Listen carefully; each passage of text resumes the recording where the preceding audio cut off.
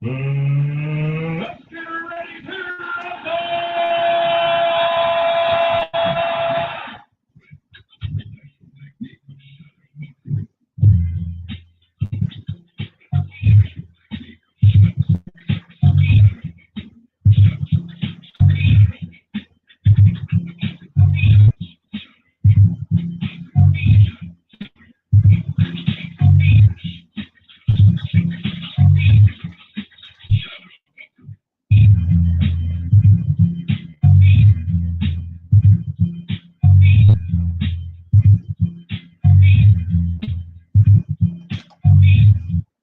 Yo, what's up? What's going on? What's good? This is the November 8th, 2020 edition of the Boxing Source Radio Show. I am your host, James Bell, the leader of the Boxing Source on social media.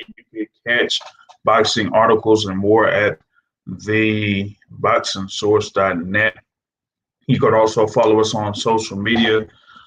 We are on Facebook through the Boxing Source. We have an Instagram page, the Boxing Source. Follow us on Twitter at Boxing Source 2. And you also have this particular podcast being simulcast on YouTube. So you could go on the YouTube page and also check us out there. So number to dial to join in on the Boxing Talk is 347-237-5539. That is 347-237-5539. Press the one key to get on queue and you'll be able to talk live on the show. We're going to be covering a few things here on this particular episode. We did have the fight card that was over in Florida on Saturday. You also had the Florida Boxing Hall of Fame weekend over in the Tampa, Florida area over this weekend. You also did have action over in Los Angeles and in Philadelphia and in Rock Hill, South Carolina. We're going to be, mainly covering the shows that took place in Florida and in Los Angeles. If we have our, panelists coming in, we probably won't be talking that much or very highly of the fight cards that did take place in Florida and in Los Angeles. But as a broadcast journalist, as the great Bobby the Brain Heenan says, I have to cover the sport and I have to give summaries of what happened in the sport. So that's what I'm going to do, right? All right, cool. Now, going to go over this fight card that was in the Seminole Hard Rock Hotel and Casino in Hollywood, Florida.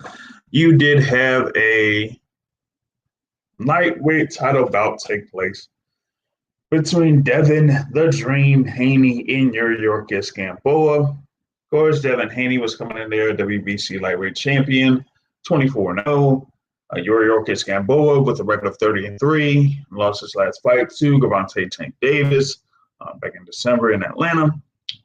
Devin Haney had 3 fights in 2019. Was able to fight for the interim title. And after fighting for the interim title, he was able to be named the lightweight champion. But in the stretch defense, he did suffer a shoulder injury, was like out, pretty much like out of action. So this is pretty much like 1 year, 1 calendar year since he had fought. So, we're going to see like how he was going to do here in this fight against Yorkis Gamboa. I know that a good number of people had expectations for Haney in this particular fight, but we're going to go through this here, man. And Haney was able to score a near shutout decision, man. Go through 12 rounds against Yorkis Gamboa. I think Gamboa kind of like made it really difficult for Devin Haney to try to get a knockout in one sense. But in another sense, you did kind of see spurts of Devin Haney kind of like, just coasting through rounds, being able to, execute the jab and then throw the right hand. So on occasion, able to get some punches on the inside, but there was nothing that really phased or seriously hurt Yorkis Gamboa over the course of this fight. You didn't see anything where Yorkis Gamboa was in danger of being knocked down, but like I said, you still had Devin Haney being able to execute everything that he could do there in that ring in this main event against Yorkis Gamboa. Gamboa was holding and grabbing and holding for the majority of the fight. As a result, he did end up losing a point for holding in round 11. But I think that, with that being said, if you have Gamboa holding, you should do something in order to make him pay for attempting to hold or being able to break from the hold.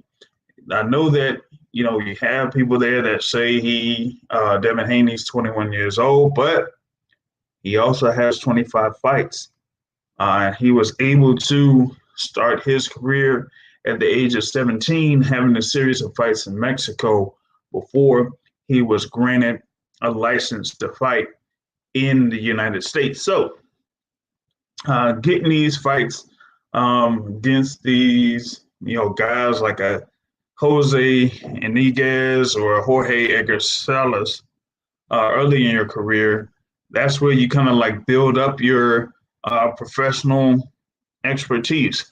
Or going up against a guy that's 38, not 38, but 36 wins, 28 losses, and 2 draws in Daniel Valenzuela.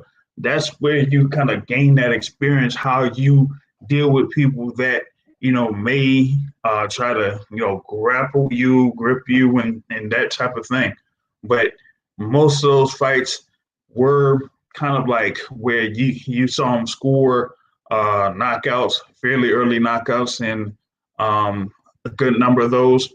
So later on in his career, going up against like a Mason Menard or Hector Garcia, like that's where you kind of like would see if he's able to kind of put punches together and be able to seriously hurt his opponents and then end up knocking out or stopping his opponent.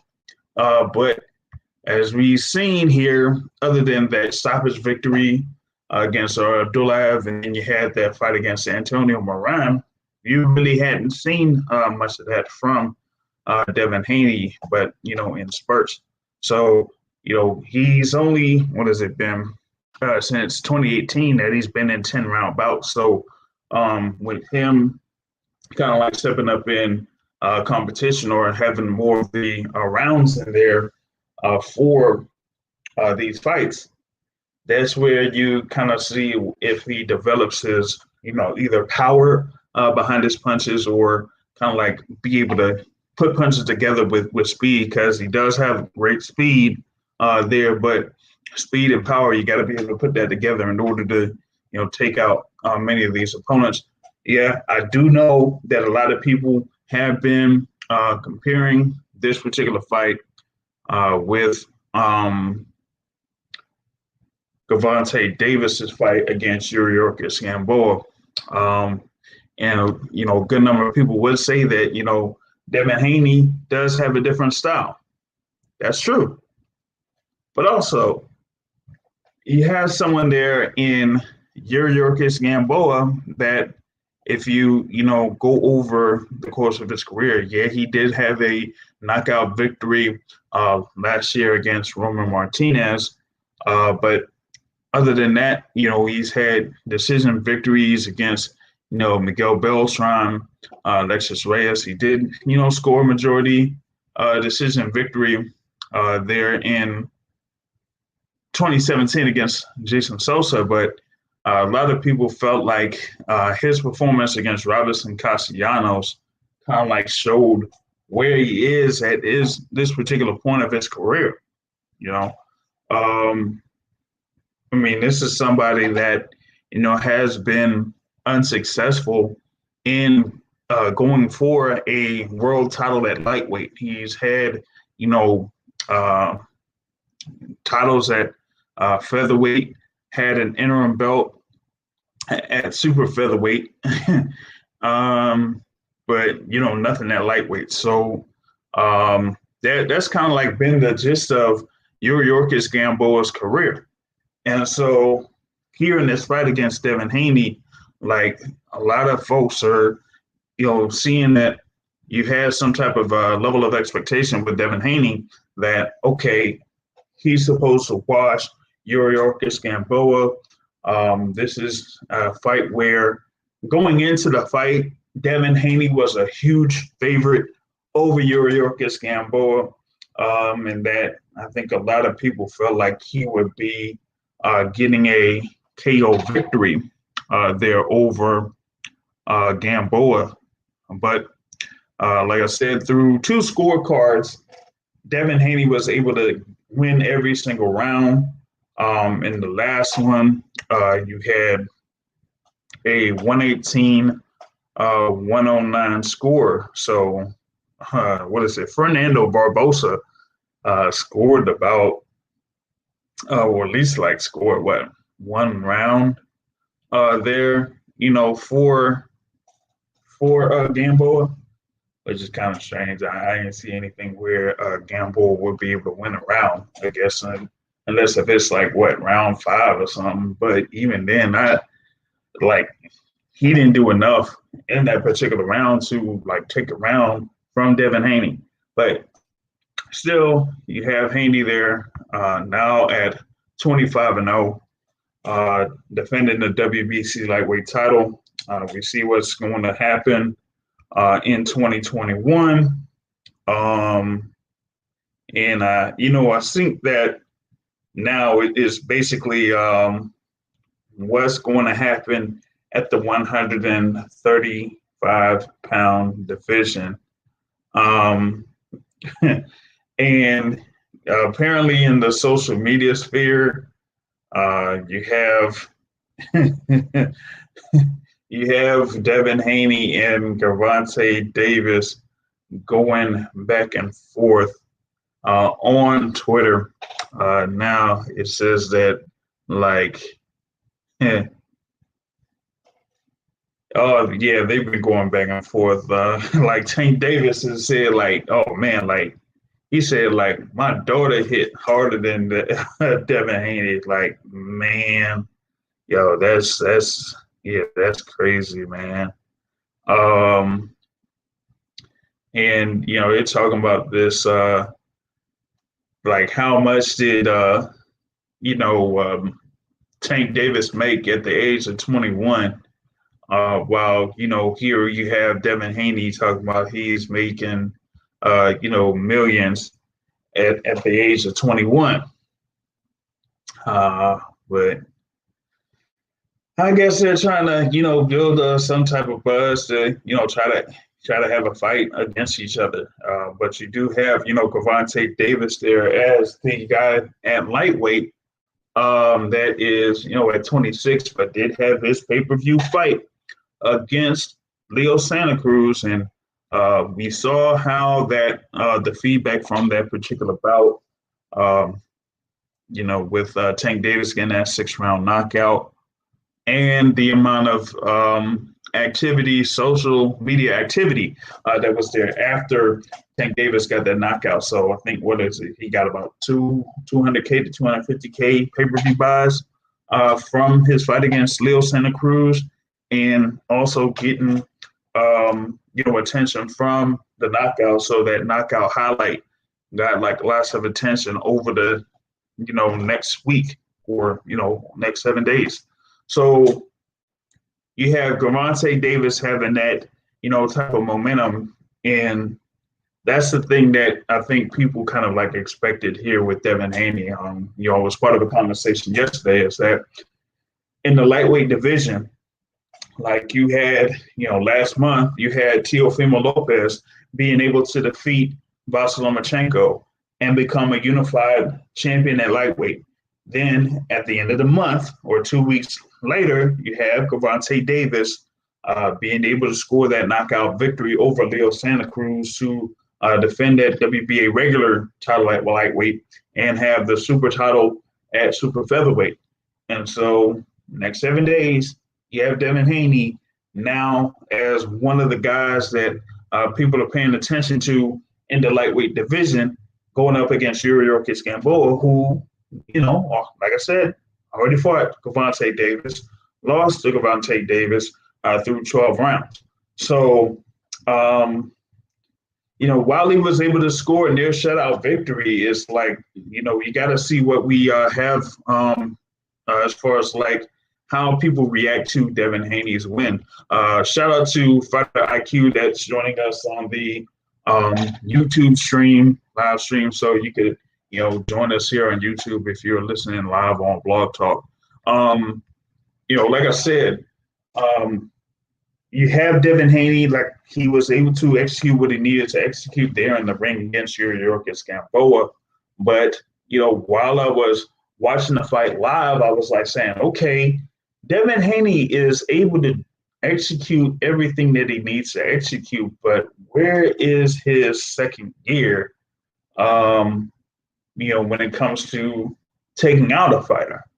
Yes, he's been able to score knockouts.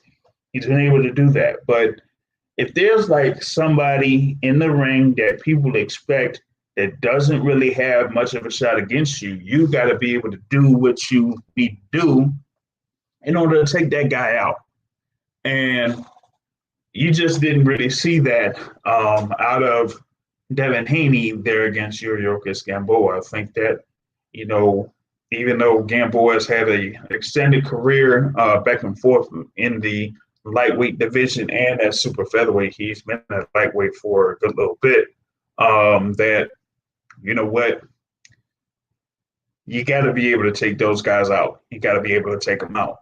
And Devin Haney wasn't able to do that. So we see here that he's kind of like ranked, what I would say, he might be ranked a tad below. Of course, you have Teofimo Lopez there at the top. You might have Tank Davis there above Devin Haney. Well, through the point system in BoxRec, they do have Tank Davis there above Devin Haney. I don't know if these things are it hasn't been necessarily updated as of yet, because they still have they do have Vasyl Lomachenko still up at the top ranked position below Teofimo Lopez as a champ in the TBRB rankings. But they also do have Francis Barthélemy there at number 2 and Devin Haney at number 3. Tank Davis is ranked 9th in the lightweight rankings, but is at the top of the junior lightweight rankings. So that's kind of interesting there that TBRB does have that as their particular rankings here at this particular point. But right now, making this attempt here, let's see if we can connect with the president of the Deontay Wilder fan club, Mr. Matthew Brown. Is that you checking in? Yes, I can. Oh,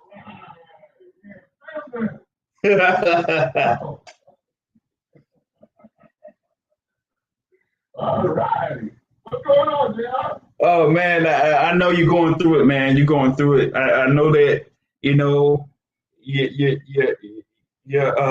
squad ain't able to hit you up. You can't even you can't even get your thing going down with your with your show folks. And I know that your women's been trying to hit you up. I know they mad as shit. No, I'm just hopefully, it's a karma. But she's in trouble all week. Everything bad started happening. No, I'm not even gonna go there and give you the Deontay Wilder treatment.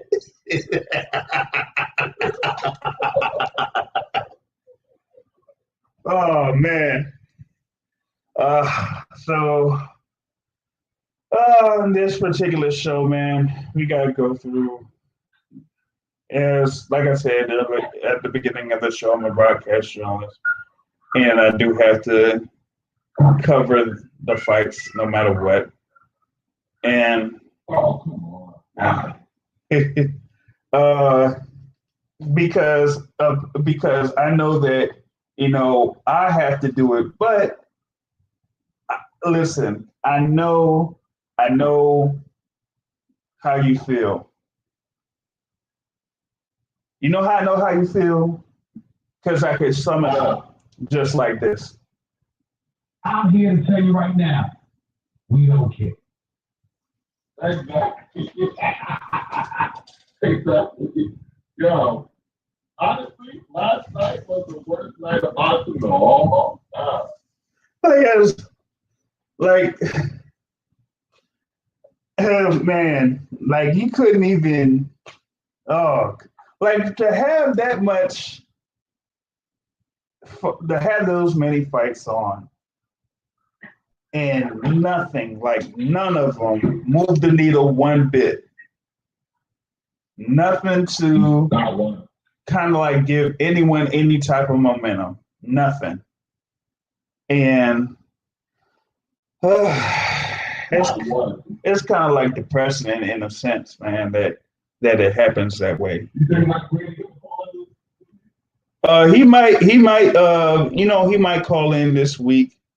He did say no, he said he did. He said he did. If you check the channel, we had a live discussion after the fights, and he was on, and he did say that he was, watching what was going on. So kudos to him,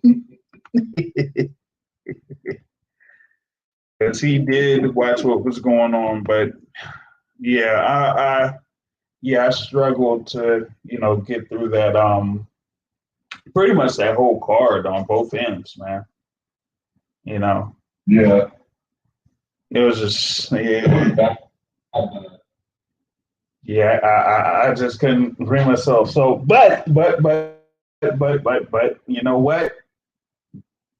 Sometimes there are people that speak things into existence, and so you have spoken something into existence, and now this person can prove to you that he was watching the fights. What's going on, 205?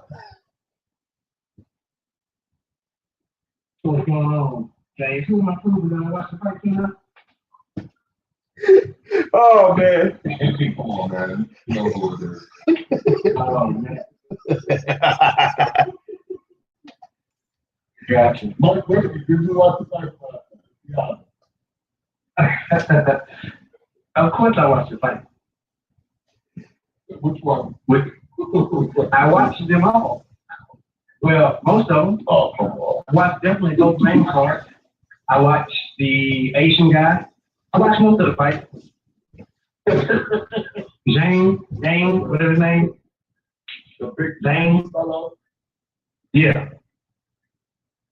Would you like my synopsis on Devin Haney? So that's my first fight of watching fully. Yeah. So I have two trains of thoughts that I could potentially say. One was he stayed composed. You know, he used his jab, and he pretty much fought at a pace that he could fight at all night and win most of the exchanges, 90% of the exchanges. When you think about that, that is the mark of a disciplined fighter. So I think that bodes well for him. The one thing that I will say that I kept asking people, does Devin Haney not have another level that he can step up, that he can crank that mug into gear to? And so it wasn't until round 12 when he really started trying to put it in that higher gear. And so even if he would have started in round 11, putting it in the higher gear, I think the outcome would have just been, it might have been a little different. Maybe he don't have enough power to, but who knows? All I know was he was comfortable winning every exchange. The other train of thought is, well, that was the other train of thought. Does he have a separate gear? But when I look at him, what he did was he jabbed, boom, one jab. Reset, boom, one jab, right hand. Boom, one jab, right hand. He never threw two jabs. He never threw, you know, like I look at him and I wonder if he's limited, because he threw 1, 2, 1, 2, 1, 1, 1, 2, 1, 2, no 1, 1, 2, no 1, 3, no nothing like that, you know. And so, how many uppercuts did he throw?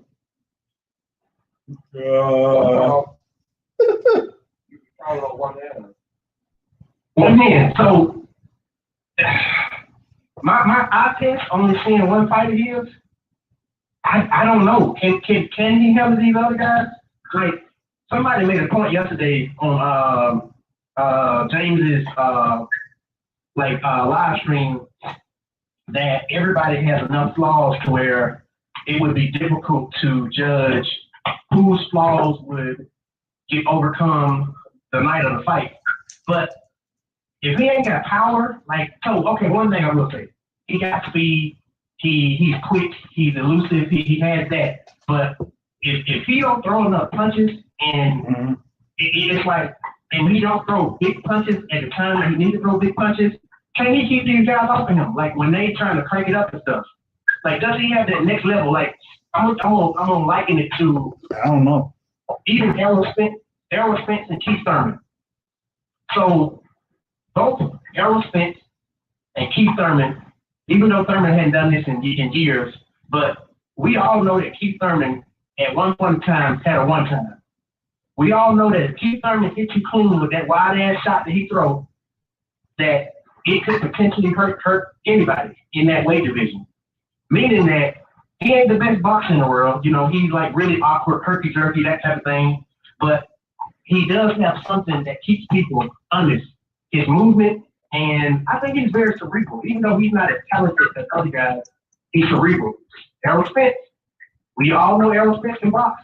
We all know Errol Spence can hit you with them body shots and just bully you. Like, we all know that. We also know Errol Spence don't move his head, but that's not it there. But like, you got those guys who has something that they can put in another gear to keep guys off of them or keep guys honest. My question that I'm throwing back to you guys, does Devin Haney have that? Does he have that something to keep guys honest? For Shakur Stevenson, maybe it is his speed, but you know, because speed translates into power. But is Devin Haney that fast to where he can throw a punch like Roy Jones? Roy Jones was fast and he had power too. But that's my question. Does he have that thing to keep people honest if he fight these other guys? Because I know Cabbage Patch Kid got it. Oh no! Help me out. You're going to say David. Ryan Garcia has it. You know, like he's learning a lot from Reynoso. You can tell just even the mindset. You can tell, even though they set him up for fights that you know he can win, you can see his mindset is converging to Canelo's mindset, where Canelo's on the ring, and when Canelo gets in his mind, I'm going to beat you, it's hard to beat him if your name not Floyd Mayweather. Yeah, that's what, yeah. Yeah, my thing about it is that, I just don't know if you see like a second gear out of Devin Haney, but he does like catch people. Just trying to get 267 on here to speak with us. What's going on? What's good? Who was just talking? That's Mike Grady. Mike Grady. Mike Grady. All right, so Mike, right? Yeah. You seen one fight from that, right? I don't think this particular fight was a good judge of his ability. I think we should go back probably like the last 5 fights. You'll see more punch variation. He has this looping right hand that he does that I've seen him like clean people out, like knock them out cold with it.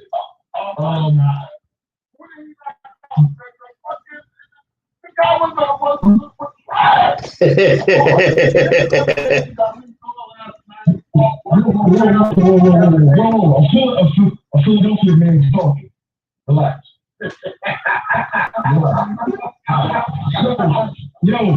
I've seen him knock people out in sparring and in a fight with that particular punch. We're talking about punch variation, Matt.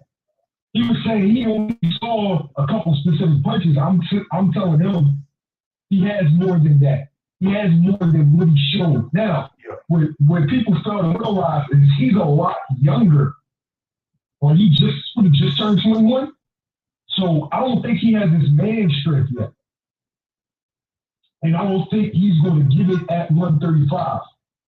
I think he won't get his man strength to 140, 147. Well, as far as about who? Ryan Garcia, Tank Davis, Teofimo Lopez. Probably what kind of weed they got in New York, man?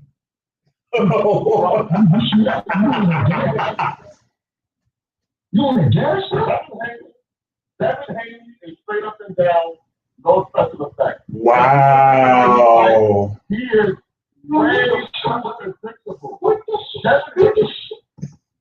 All right, so I'm going to ask you a question, right? I want to ask you a question. I want to ask you a question. Because we all know you're one of the most biased boxing fans, right? You fall in love with a guy, you rock out. Okay, so if he's as sweet as they say he is, right? Why nobody want to fight him? But he ain't got no buzz. Ryan Garcia said it perfectly. Hey, you know what's funny? Is that when a dude is capable of beating you, there's always an excuse. He ain't got no fun. There's always an excuse, right?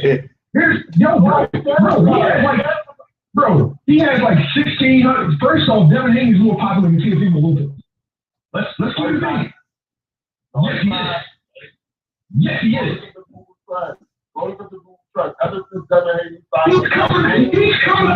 He's coming off of a big performance.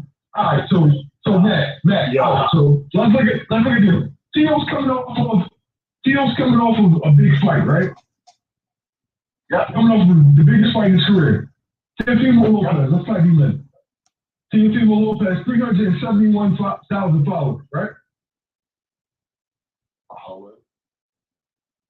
Does that not equate to popularity?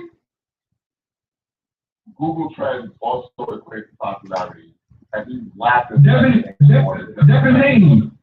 Devin Haney, 810,000 followers. So 810,000 people want to know what Devin Haney's doing. 371,000 people want to know what Teofimo Lopez is. Oh, my bad, he's from New York, so I guess that's that, you're partial. Uh-oh. Teofimo Lopez fight was seen by over 3 million people. How many people watched that in any last night? Are you equating a subscription base? Are you equating a subscription based app to ESPN, which is regular cable? That what you want to tell me? That comes with a regular package? Apple. Come on, man. Come on, bro. You take that stuff to boxing updates, man. That stuff don't work here. Hey, okay, so So this the 3 million that viewed him on ESPN, how many said, "Oh, let me check out more of this Teofimo Lopez guy"? I wonder, is he on Instagram? Is he on Twitter? How does he still have less followers than Devin Haney on Twitter if he got a win over the so-called pound for pound god in Bas Lomachenko? But here's the thing that people don't understand. I'm going to come to the excuse. Deontay Wilder, come on. The boxing social media circle, that is not a representation of the people who watch boxing in large numbers. We think it is because we're in our own little bubble. We all talk to each other. Maybe talk to a reporter here or there, but it is not a reflection on who is really watching these fights. So out of that 3 million, only about 300,000 have a social media account. Yeah, exactly. Hey, come on, Matt. Make it make sense, bro. Matt, make it make sense. Do what? Okay, let me ask you this. Wasn't that the first fight he ever had? I'm sorry, what was that? Wasn't it Lomachenko versus Lopez the first fight he ever headlined? Go. Yeah. What does that say? That tells me that Top Rank didn't know what they had. I got that tells me. That's what that tells me. Man. Okay. Has never reached a 10 on Google Earth. Ever.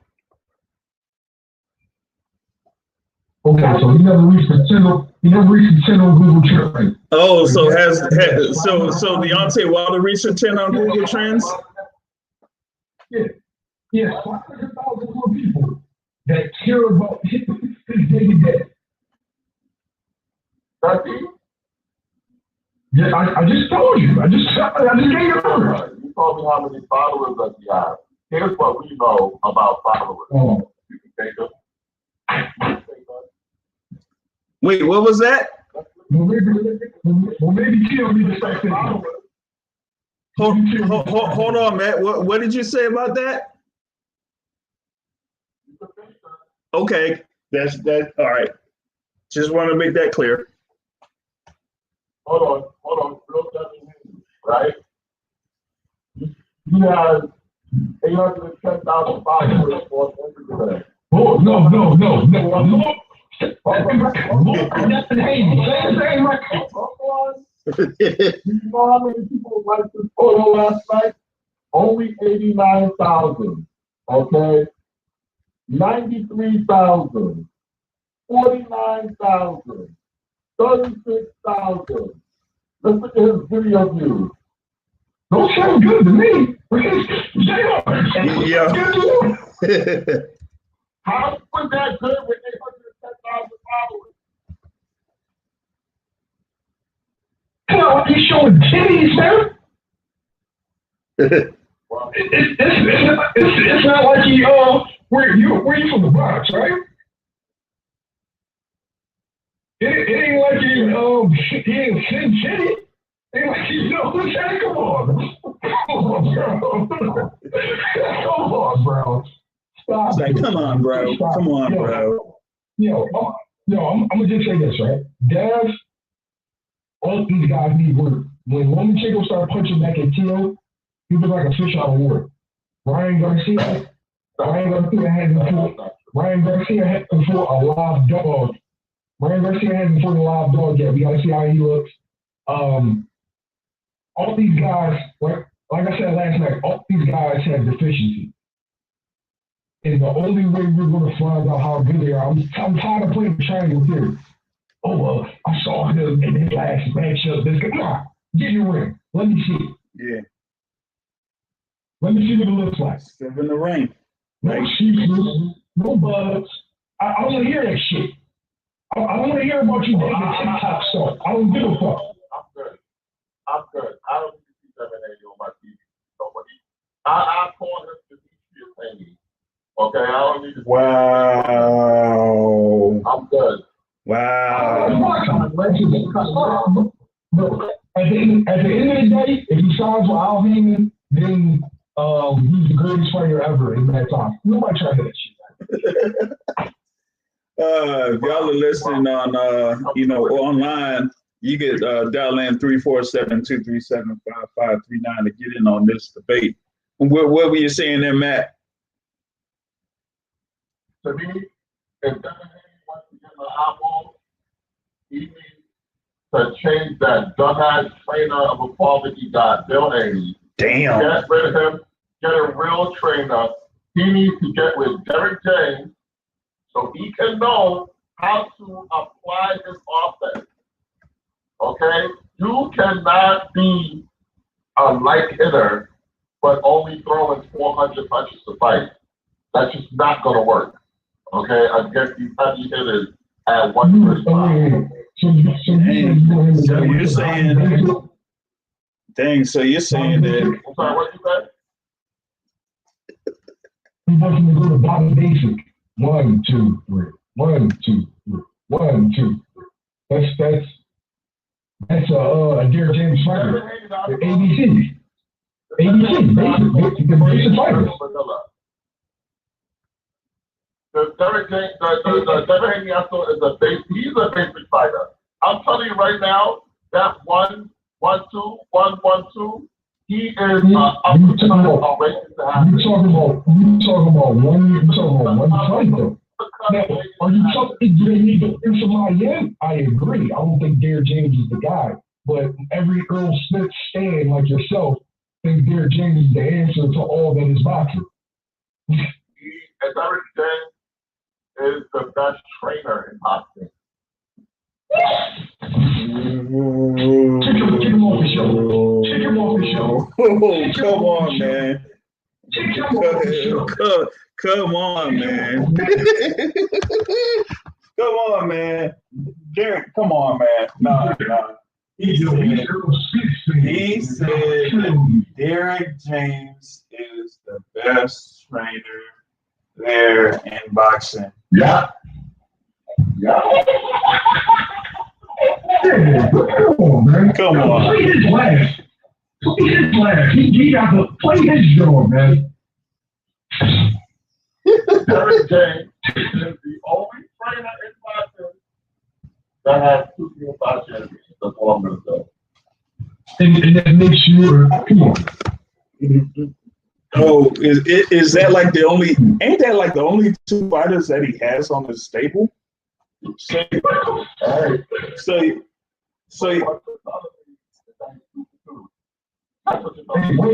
Yo. You know how easy it is to be that? Was he the best trainer in boxing? After Tony Harris or what Charlie Lance? Did you think that too? He did. Oh my God! You know, we're not going to be litigating before judges' decisions. Oh, come on. Come on, man.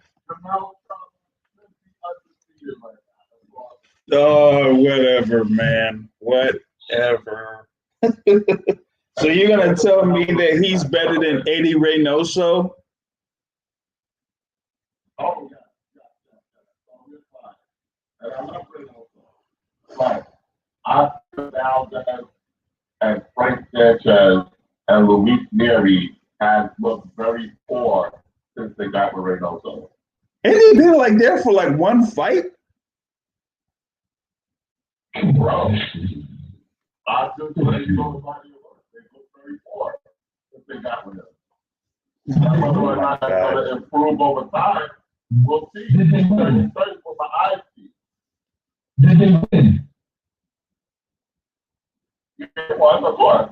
All right. Isn't that the main objective to win? You play to win the game. You don't play it to just play it. I mean,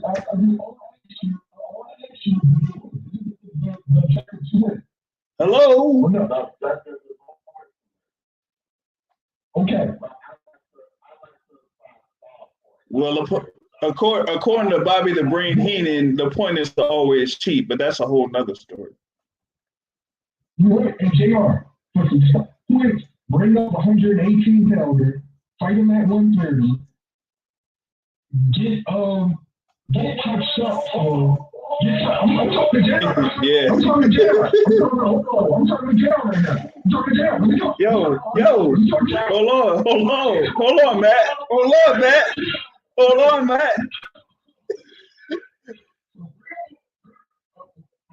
Bring up 118 pounder, fight him at 130, right? Get touched up for like 6 rounds, and then lay a devastating uppercut that everybody knew was coming. Like everybody knew it was coming. And that's how you get style points, right? Come on, man. Joe. This guy, you sound like a hater. Leo was a long-range champion at 126.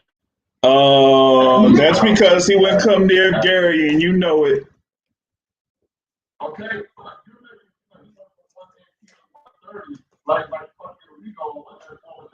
Let's keep it real. He's been at 126. So don't make it seem like 4 pounds is a big difference.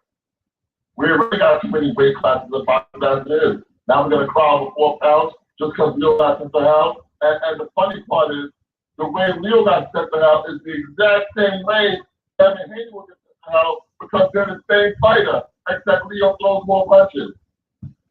Who? Who's gonna send him to hell? Fat boy? Yo, are you serious? What can you even say off the news? Are you gonna beat Dallas? You crazy. Here's what I know. Devin Haney has every physical advantage against Gamboa, and he couldn't get him out of there. Not only could he not get him out of there, Gamboa landed more punches against Devin Haney than he did against Frank, and he landed. Did he do against who? I didn't hear that part. He landed more punches against Haney than he landed against Frank. And he Did he have one leg against Frank? If you watched him last night, he got no leg. Did he have one leg against Frank? Yes. How long did it take to knock you out? 12? Come on, man. Get out of my face, yo. Get out my face, man. Is this dude serious? This is totally joking, JR. Listen, at the weigh-in. Hey, yo, do you ready for round one? Yo, do you realize, did you see them on Twitter? You saw them on Twitter? Yeah. No, I said you saw the argument on Twitter. Yes or no? Did you see it? I've been speaking all day, man. Come on, man. Hey, Jay, I'm gonna say it to you, right? So on Twitter, Hank said everything under the sun, right? Yep. Except what? What did he say? He said, how come you don't want to fight? Like, he didn't say he didn't want to fight. He didn't say nothing about fighting. Dev did. Dude can talk. Dude can talk. I said, Eric, you want to bring up everything else? Girls, what did you make? Your cars? You're a fighter, right? Listen. Wait, why can't I don't care who Devin Haney so you don't care about fighting? You don't care about fighting? You just talk about Google, I don't care who he talks about fighting, because he claimed he wanted to fight Gary Russell Jr., and we saw how his bitch ass did with that. So to me, and Tank don't want to fight out.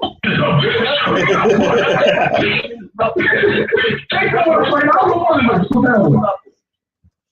fight. I said, Tank don't want to talk about fighting them, so not one of them. So, his own promoter said, oh man, he's not going to fight this Haney. Why is that? Everybody knows Devin Haney does not move the needle. You gotta understand something. This is called prize fighting. There has to be a prize. What's the prize of fighting Devin Haney? Nobody wants million. I guess it's over a million. about Kevin Haney. The way that he's saying it, I guess it's over a million. Who the hell is checking for Leo Santa Cruz? Who's checking for Leo Santa Cruz? Did you watch Leo Santa Cruz last fight before this? Did you watch Leo Santa Cruz fight before this? Did you watch Leo Santa Cruz last fight before this? Huh? I did watch Who did you fight?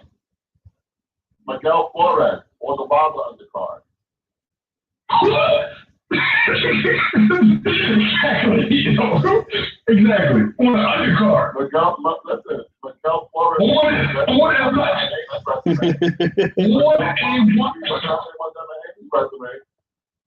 On an undercard. He's fighting on undercards, man. But somebody cares. Somebody cares. On a YouTube card? That is true. Come on, Man. That is true. That's a good. That's a good.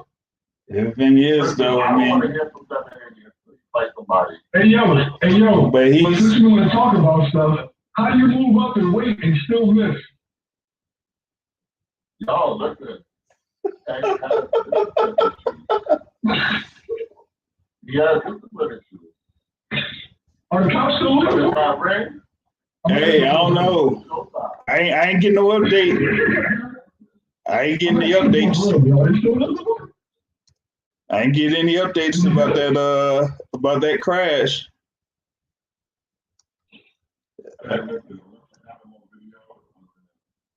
It looked like it was him on video. Listen, you just let me know that Oh no.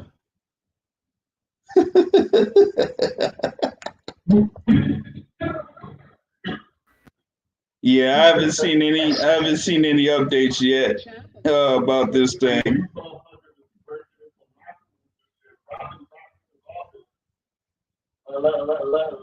Let's not talk about what they do off the court.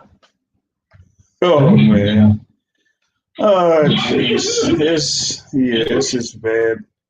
But we'll see what happens in 2021. Like these guys gotta fight each other in 2021. Ain't no way around this, man. Ain't no way around this. According to Matt, everyone got to fight. They're gonna fight for tuna. Ooh. Kevin Haney gotta fight for tuna still.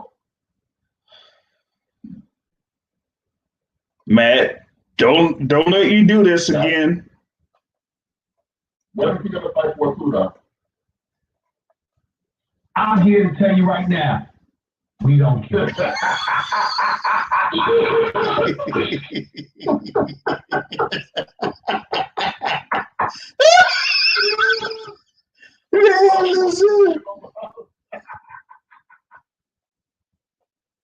Come on, man. For tuna, man. I like for tuna. I like anybody that's in PvP, actually. Yeah, we know. We know. He's still bigger than Dad's big child. He's worse than Bob. I never thought anybody was as hurt as Bob was, yo. Bob is never going to forgive Kevin Haney. Oh man. It's been 4 years. Kevin Haney, he should have signed with Top Rank. Now that he did sign with Top Rank, there's no way that he's gonna fight any one of my guys. I'm blacking them out. Let me ask you a question. Absolutely. Where has Kevin Haney been since he signed with Eddie Hearn? Oh, he's telling the truth because it's today and not yesterday, huh?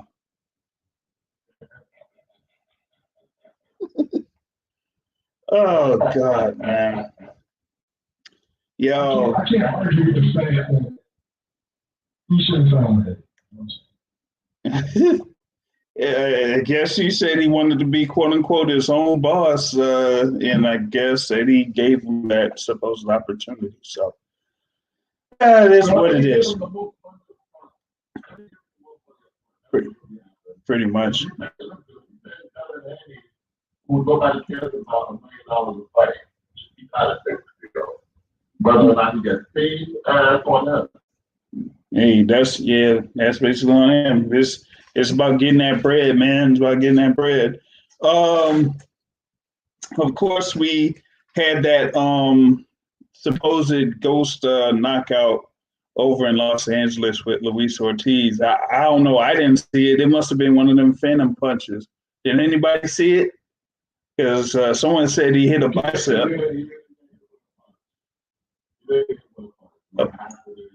Luis Ortiz knocked him like right on the orbital ball with his arm, and it temporarily blinded him. At least that's what he told. That's what he was telling the referee. That he can't see. Oh man! So we got hit with a clothesline like JBL. Yeah. He didn't know, Jack. Oh man! Like, I looked at it probably like 4 or 5 times. He hit him with the in between part of the forearm and the bicep. Yeah, he hit him with the JBL. Yep, the JBL. Yep, we hit him with the JBL, man.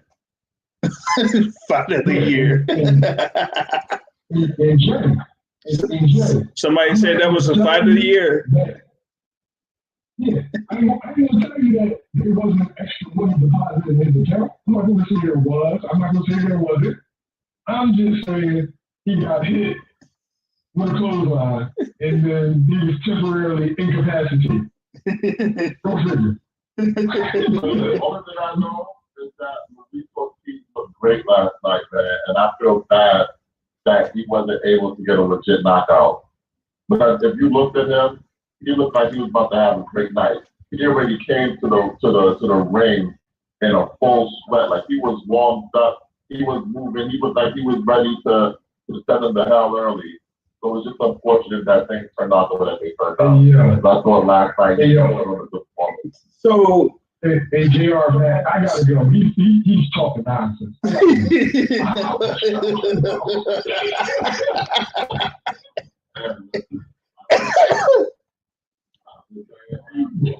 Oh, come on, man.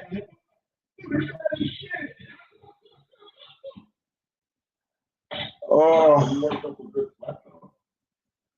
He was like 260, yeah. Come on, man. Oh, bro. Come on, bro. 241. Come on. Nah, they ain't no 241. Come on, man.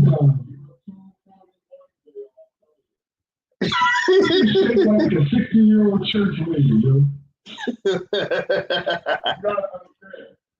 He's an old guy, so his body's not that hard.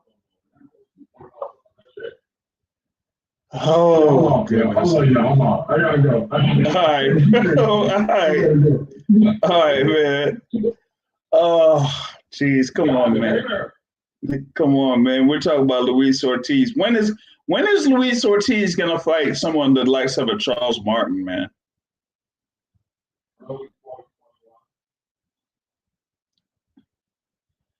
Or even an Otto Wallin, man.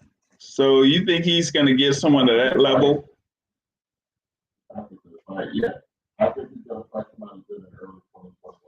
Listen, let's not forget this fight yesterday was supposed to set up Luis Ortiz versus Andy Ruiz, but Andy Ruiz tried to pull out the card because he said he wasn't going to be ready because he wasn't in shape. It was supposed to be Ruiz versus Areola, Luis Ortiz on the undercard, and then they were going to set up Luis Ortiz versus Andy Ruiz in the first quarter of 2021.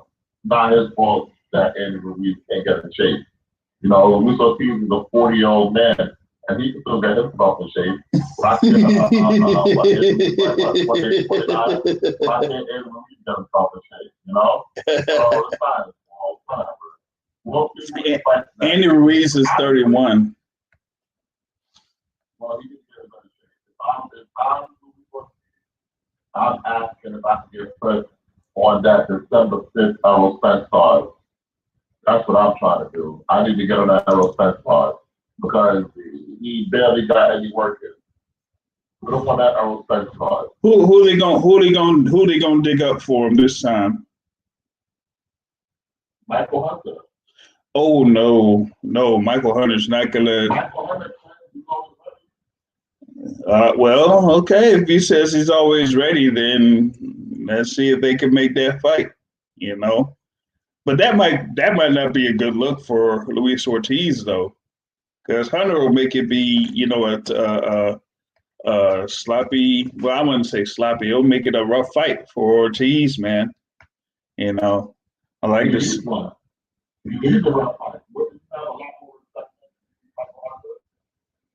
Yeah, I would. I mean, at least he wouldn't be fighting these Alexander Floreses of the world. You know what I mean? Me either. Like, I didn't know, like, if he was, like, even, you know, yeah, shoot, he wasn't ranked anywhere. You know what I mean? So, yeah, why not have a fight against a Michael Hunter, man? Like, you're not going to fight he's not going to fight Frank Sanchez, even though Frank Sanchez wants that fight, but he's not fighting Frank Sanchez. Yeah, Frank Sanchez will be a fighting baller.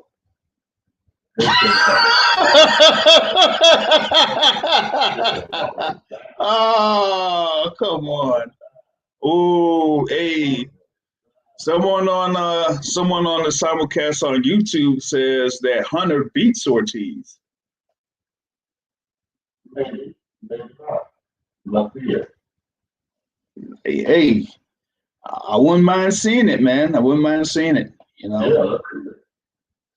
So I think that should be one of the things on the list. Let's have a Luis Ortiz versus Michael Hunter fight. Yo, let's make it happen. Yeah, Michael Hunter not doing shit. Yeah, like no one signing them, Top Rank ain't, you know, giving them a call. So why not, you know? Yeah. You know, why not PBC give him a call? Also, that was on PBC in the middle of the co-featured bout in the main event. They were talking about the news of El Campeon. We've been saying it for weeks and weeks and weeks. Free Canelo. And this week, well, basically last week, it was official. Canelo is free. He's free. I's free. No, my bad. His trainer and manager, Eddie Reynoso, part of the Canelo team, posted on Instagram that Canelo is a free agent, number one. And number two, he's in the gym training, preparing himself for a fight. And for me, that means that he may possibly be available for a fight. I would say either December 19th or December 26th. It wouldn't be the 12th because I think that, you know, the 12th, they have a Showtime card already on the 12th. But,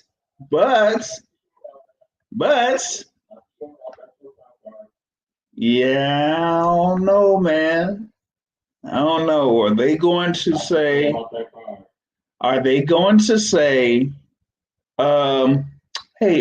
Nordine, let me holler at you right quick. See, what had happened was we plan on having this fight on December 12th, but we got this guy, and his name is Canelo Alvarez, and there's a possibility that we may have this guy. So if we get this guy, your fight with Nonito Donaire is going to be pulled. Yeah, I think what's going to happen is if they say, you know, this Canelo versus Caleb Plant fight, I think they're going to put Donaire versus Bukali on the undercard. They can do that. my thing is, will they do that and have it on the 19th instead of the 12th? Because we'll see. Yeah, because From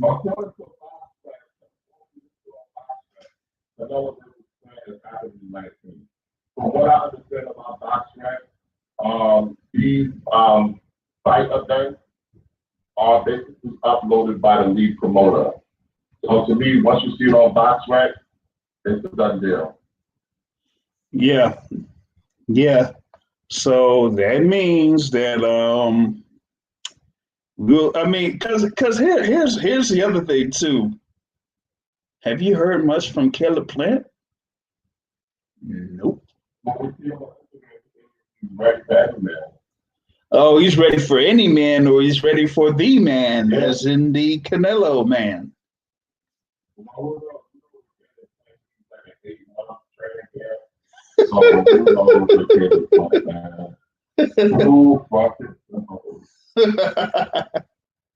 And yeah, I don't.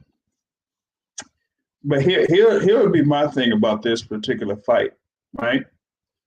With it being a fight of this magnitude, oh shoot, that's right, I forgot this that Canelo has a title at super middleweight.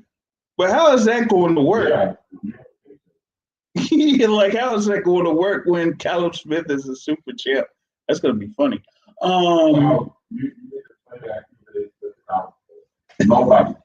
Nobody cares about Callum Smith. Nobody cares Callum Smith. So, oh man, so what that could mean is if they actually had this fight against Canelo Alvarez and Caleb Plant, then David Benavidez could probably get his WBC title back. Yeah, what I think is going to happen is you're going to have Plant versus Canelo for the WBA IBF. You're going to have Benavidez versus Gilderoy for the state WBC. And then you're going to have Canelo for the Mayo. If Jamal Charlo doesn't move up to 158. Which could be a very good chance, especially if you do have that Canelo Plant fight. If Canelo does fight Plant, yeah. So I think that's going to be it. You know, that you're going to have Jamal Charlo move up once they announce, because I think the announcement for this fight is going to happen. What do you say, Tuesday or Wednesday? I would say, if it's possible, I'm waiting till the end of the week to announce it. Probably irrelevant. What do y'all think of Canelo? What y'all think of that fight? Bobby Chicken Alert. He's saying Canelo KO1. That's what he's saying. Definitely not KO1. But the Caleb Plant ain't got nothing for Canelo. But I thought he was supposed to be like the what did they call him? The Vanilla Mayweather or whatever it was, something. Yeah, but this Canelo. Canelo Plant pretty slick though. But this is Canelo. Canelo's pretty slick too. Ask Danny Jacobs. I thought that was a pretty good tactical bout between those two. But you know, the thing with Jacobs, he like, you know what? I'm not gonna go into it because I actually like this particular person, but he was the wrong guy for Danny in that fight. Yeah, this is gonna be the 19th. I feel like they want to put it in AT&T. You know, they want to have fans in the joints. Yeah.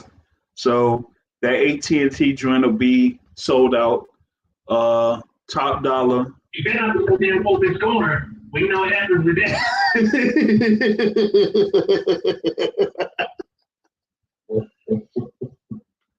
At least make me think he got a chance with the fight. I know he ain't gonna win on the scorecards, but I'm just saying, don't take my attention away like in the first 5 rounds. Yeah, that would be bad, man. That would be bad. Oh, jeez, man. Yeah, I don't know. I mean, Caleb. We know that Caleb is going to be up for this fight, but like Matt said, it's Canelo. It's Canelo. Yeah, Canelo, man, come on.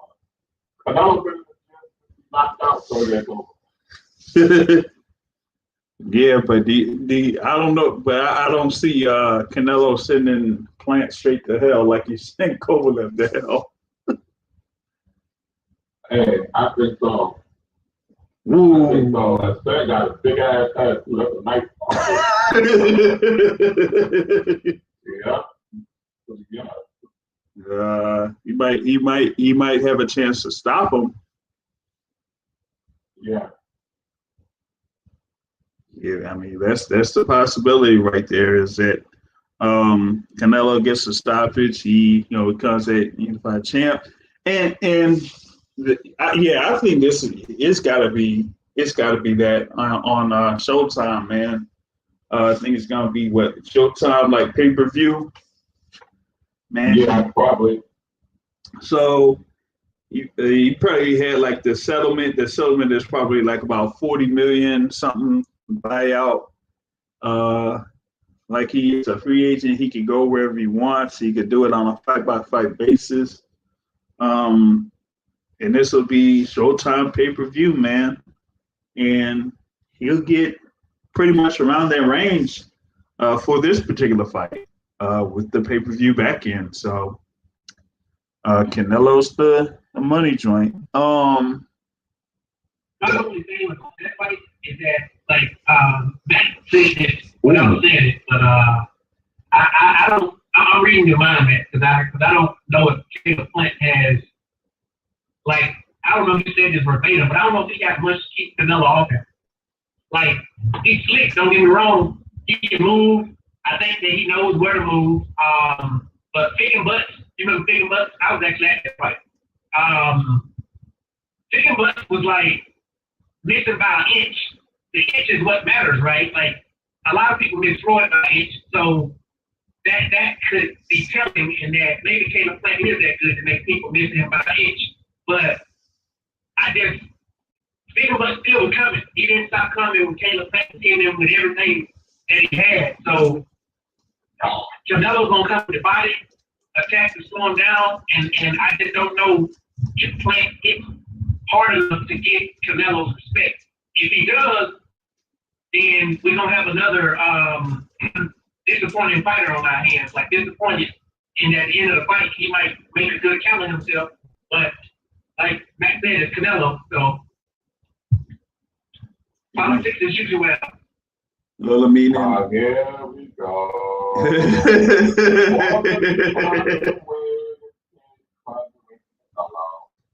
118, 110, Canelo.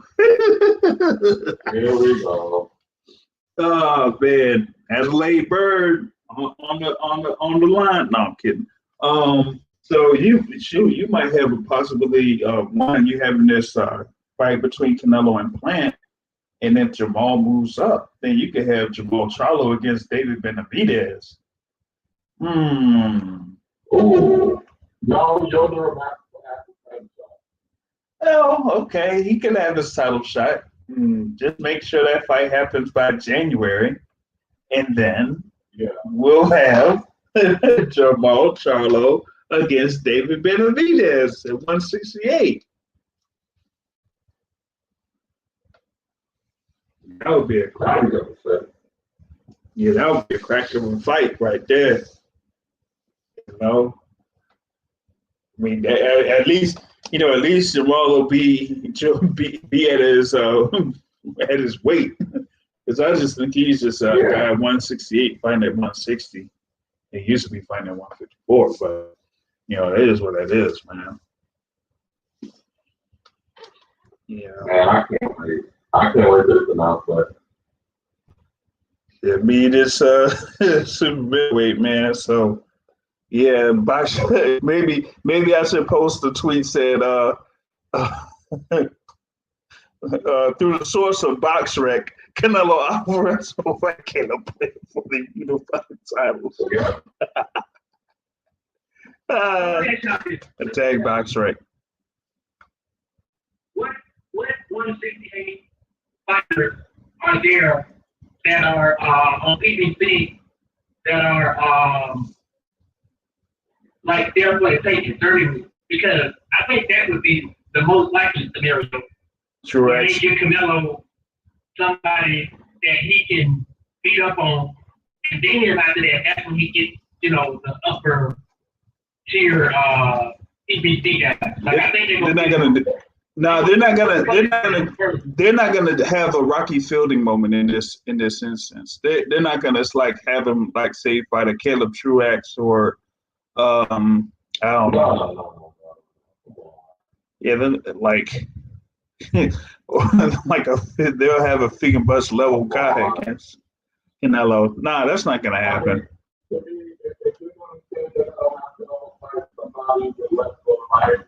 That's gonna be Gilder for the vacant WBC belt. That would be the only other option. Because that's it. Those are basically the two fights that he has at super middleweight, either him against Plant or him against Children. So basically is what it is in that scenario for Alvarez, man. I mean, unless they want to send Alfredo as rule to hell.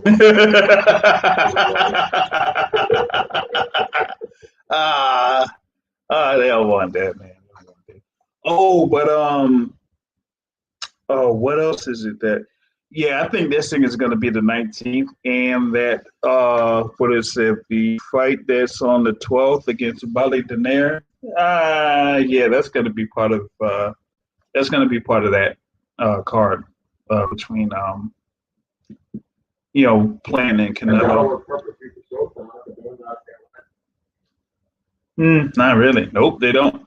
And I don't know if it's really been announced yet, but I think Top Rank is going to have, they're going to have that card. They're going to have Shakur on for the 12th because that Valdez fight against Burchell, that's not going to happen on the 12th. So they're going to have Shakur. We know he don't want to. You know why he don't want to fight Shakur, man. He didn't want to fight him at featherweight. So you have Shakur. Yeah, you had Shakur there as the number one contender while Valdez had the title, and then Valdez moved up. Shakur gets the title, barely even has one fight with the belt, and says he's moving up. And now that he's moving up, Valdez does not want to fight. He still don't want to fight Shakur Stevenson, man. So they're gonna have an opponent there for Shakur Stevenson at 130 pounds. I think the real Big Baby is gonna be part of that fight card too. So yeah. I don't know, maybe he's gonna fight Andrew Cancio or somebody like that in that fight card. Yeah. Something like that. Or it might be Abraham Nova. That might be it. Yeah, it's gonna be probably Cancio. Yo, it would be nuts if he fought like Lamont Roach or something. But Lamont Roach is with Golden Boy, and of course you know how they treat fighters. Yeah. And Golden Boy might not exist. Yeah, they might not even exist after 2 months. So good luck to them. You know what I mean? Good luck to them. Jeez, man. Next week, Crawford against Brook. Apparently, they're supposed to have a conference call tomorrow with both of those guys on it. Supposed to be tomorrow afternoon, and they're gonna have like Maloney on there and Joshua Franco, man. So we're gonna see like how these guys are going in this particular bout on Saturday night. So I need to check those numbers for Brook, man, because they're still looking like you could probably get a good return if you put some on Brook, but hey, I don't know, man. Yeah. I'm looking at it. Yep. Go ahead. I'm looking at my FanDuel account, and Brook was still plus 1,200. Yeah, I think that was around the same thing. Well, 12. Oh, that's FanDuel. I thought it was like some other thing. It was 1,400. So You put $10 down. yeah. This man said $10. Yo, you gotta go hard to go home, Mike. Hey, if I put $10 down, I get 140. Don't tell me nothing. Mike, you're talking to someone that put down 100 on Lopez and got back 1,200. So, yo, you gotta go hard to go home.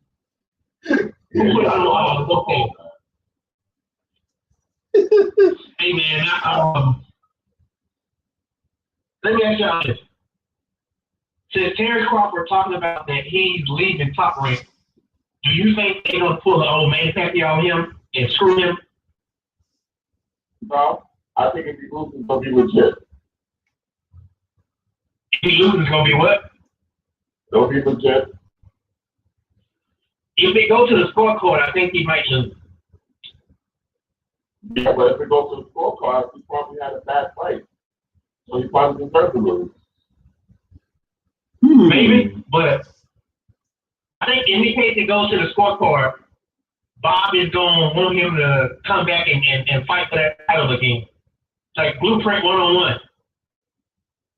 Nah, I don't think so. Honestly, I think if he loses, it'll be more fair. I think it's probably be close enough that no one's going to complain. Oh man. Someone on this chat says that he says that Brook is stopping Crawford in 10 rounds. I think that's going to be surprising. I mean, hey, if Brook is able to weather the storm in the first 5 or 6 rounds and it gets the better of Crawford in multiple occasions, hey, that could be in the cards. Let's say Crawford don't look great in this fight, and it's a really competitive fight. What does that say about Crawford as compared to Errol Spence? Who else knocked out? Well, he beat Sean Porter. So that's it, Sean Porter and Errol Spence, the other two who fought him, right? Yeah, 147, yeah. So what does that say about him if he has a super competitive fight? I guess it don't say nothing because Sean Porter lost to him too. It just says that it's a competitive fight because Sean Porter lost to him as well. So I don't think it really says anything other than that Errol Spence is probably. Well, I mean, some people might bring up, Crawford being the one that's coming up from like a lower weight class to, 147, but it's been like how long since he's moved up, He's supposed to be set in that, 147 pound weight. So, you having this fight against Kell Brook and you like get, struggle against like Brook, like, man, I don't know, man. It's been 2 years that he's been at 147, and he like pretty much floats around at or around the weight limit. So, and on top of that, they were talking about him like possibly fighting at 154 pounds. So he kind of walks around at under 150s. He has to walk around 150s now. Yeah. So, hey, yeah, yeah. Yeah, that's the thing about it, man. Like you've been out there at 147. So either you take care of business or you're basically losing to somebody that they feel is a huge underdog against you or a sizable underdog against you. Yeah. So that's the thing on that one, man. Oh boy. Yeah. Yep, sure. And I was hoping that what you'll call it would get back at me today. Sister Tika Hemingway, like she won her first professional fight last night in Rocky Hill, South Carolina. So props to her for getting her first win there. I'll see like how she moves on with the rest of her career. It had like I had some combo with of course Mr. Rick, and I ain't talking about Rick Glazer, man. I'm talking about, of course, the Rick Ross. His guy his guy Nafir Charles won his fight over at the 2300 Arena in Philadelphia. Got a first round stoppage in that bout. So he's kind of like trying to get him some work. We'll see how that goes and that, but really. About Rick Ross being in boxing, just we do have the Irish mob in boxing now, so I guess I can't really. Come on, hey, come on, yo, bro is what, 60 years old? Come on, man. Is he really? Yeah.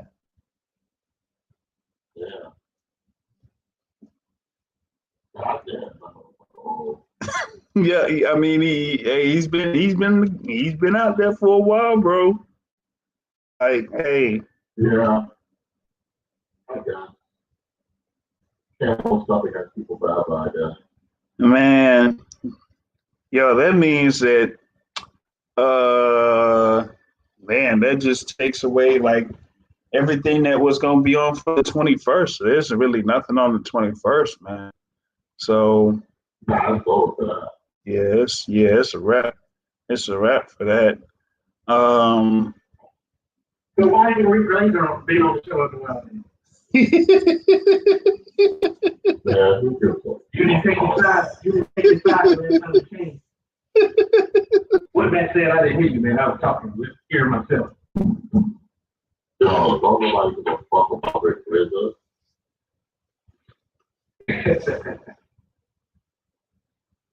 It's true. Oh man, I don't know. Maybe he has the. He also have something with MTK going. Yeah. 90 seconds. Oh, wow.